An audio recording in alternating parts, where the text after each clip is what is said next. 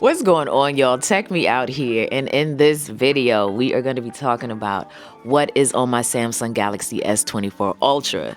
Now, if you don't know, I am a iOS and Android user, so I do have my work number on my Ultra here, and then I have my iPhone down here. This is what I have my personal number on.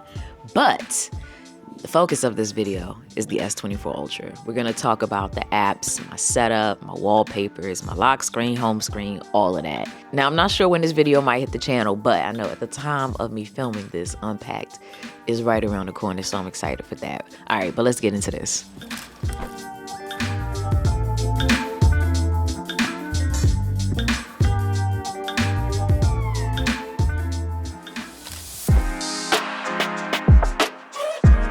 All right, so first thing up, let's talk about this lock screen here, y'all. I don't know if you're able to see it or not, but I'm gonna make sure I throw something on screen so that you can. Because ultimately all I did here was just copy what I had on my iPhone. I really love this, so it was just really no need to look for another one.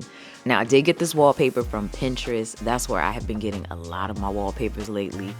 I highly recommend it because once Pinterest starts to kind of understand the photos that you're looking for, it just does a phenomenal job at suggesting more. And I'm the type that'll definitely go down a rabbit hole of, you know, just different wallpapers. Like it's kind of bad. So I have that up here. I also customized my clock and changed the look of it.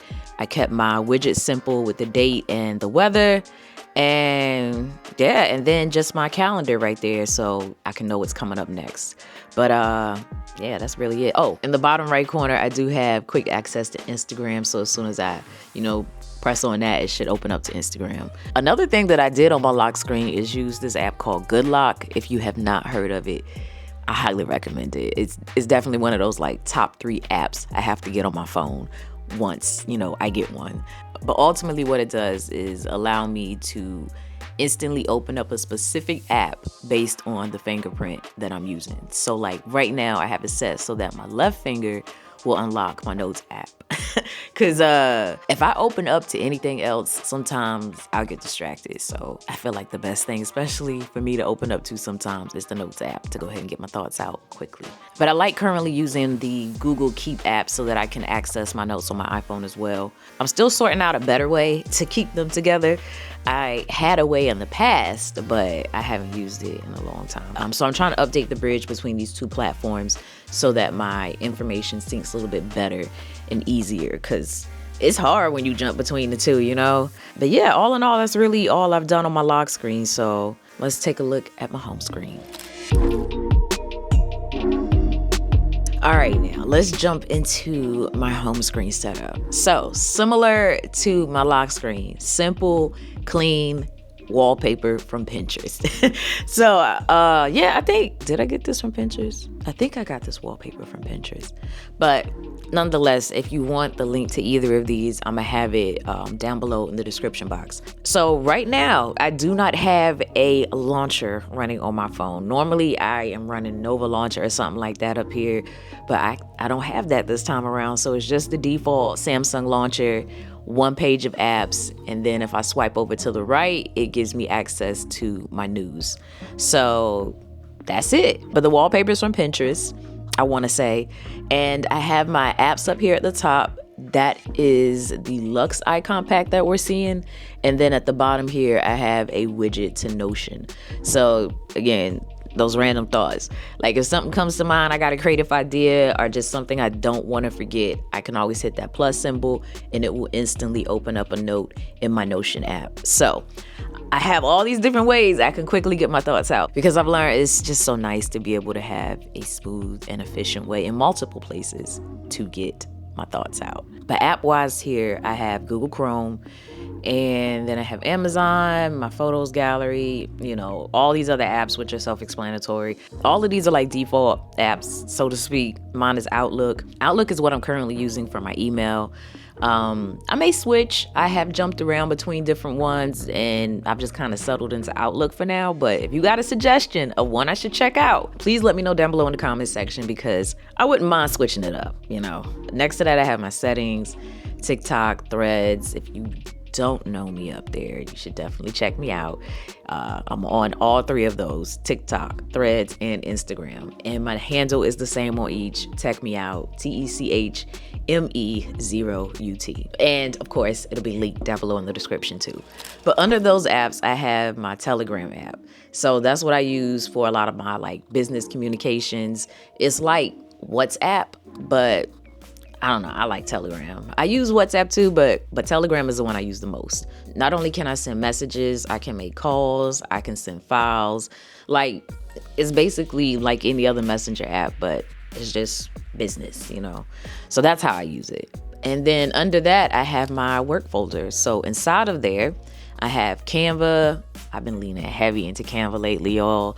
I've been creating so much in there. Like, I knew about Canva, but I hadn't been using Canva to its full potential. And I'm still, you know, unlocking its power. It just makes creating so much easier, especially for like my Instagram post.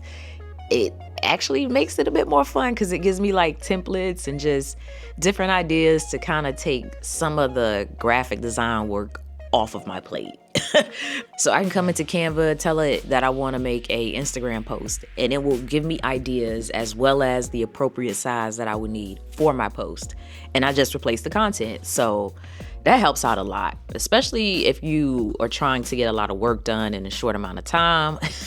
My fellow content creators out there, if you have not used Canva, you should definitely check it out.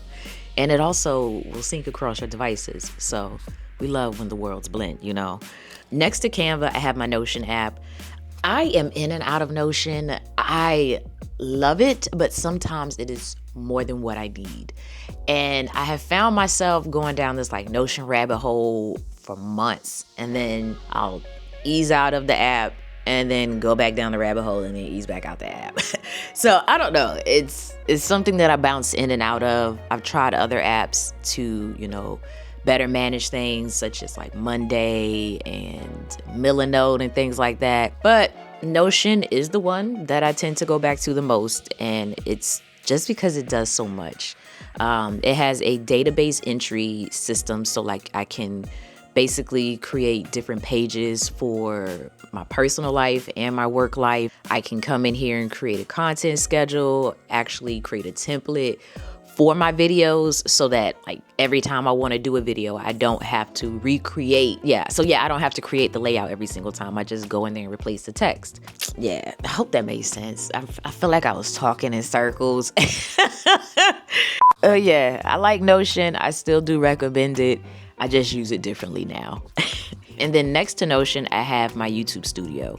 So this is where I, you know, manage everything in relation to my YouTube channel, where I respond to my comments. Yeah, I think YouTube studio is kind of self-explanatory. But that is my home screen in short. Now, another thing you might have noticed is that I do not have a case up here. A very risky life we're running with this decision, but I don't know. I've really been into caseless phones lately. I love the look of a case, but I like the lightness of a phone without a case. It just, I don't know, it feels so nice and premium. Another app that I use that I got on my iPhone, and also this one as well, is Bob's Approved. So I'm trying to be more mindful of the things I'm consuming, especially like my food. I'm not always the best at that. You know, I am a foodie at heart. And sometimes, you know, that prevails in scenarios in which I wish it didn't.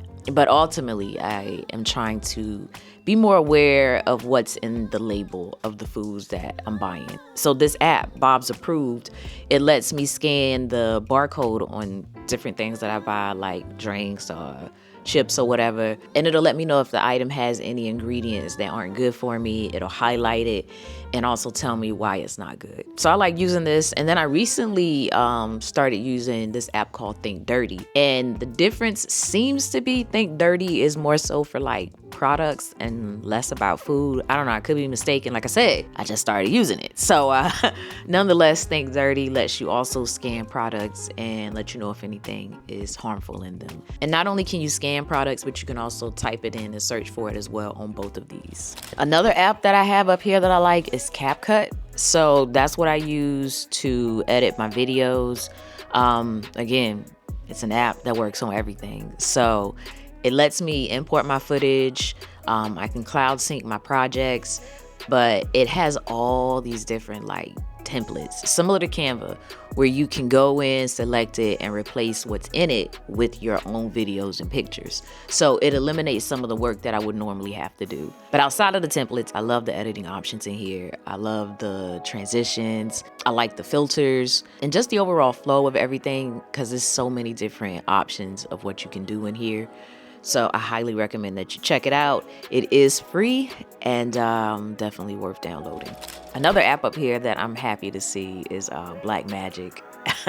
It is one that I recently downloaded. I know I heard about it being out for Android. I hadn't really tested it lately. I checked it out when it first came out, but I like it. It looks very much and feels very much like it does on my iPhone. I haven't explored yet, that aspect of it, but I'm thinking maybe I can sync my videos between these two devices a bit better. We'll see. But yeah, it's a lot of iOS to Android, Android to iOS conversions in this, because that's the world I'm living in. So yeah, if you want more content like that, y'all let me know down below in the comments, because I wouldn't mind covering more on that. Now, another app that I use is Spotify. That is what I am heavy on for my music. So if you want to check me out, I'm going to throw my little QR code up here or something, or if I forget to do that, it will be linked down below in the description box. But I actually have a series called My Monthly Favorites. I don't know if y'all have seen it or not, but if you haven't, it is where I talk about all of my favorites for the month. I will link it up here so you can check it out.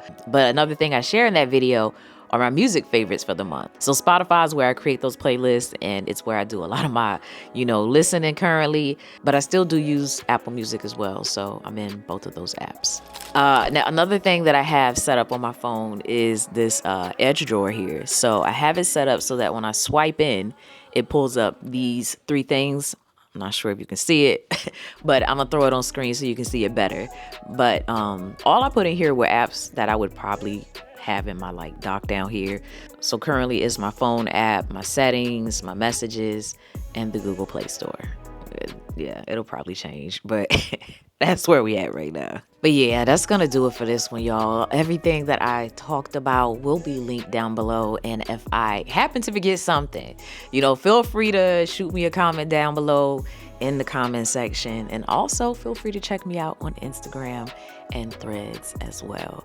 So yeah, until the next one, as always, thanks for taking the time out to let me tech you out.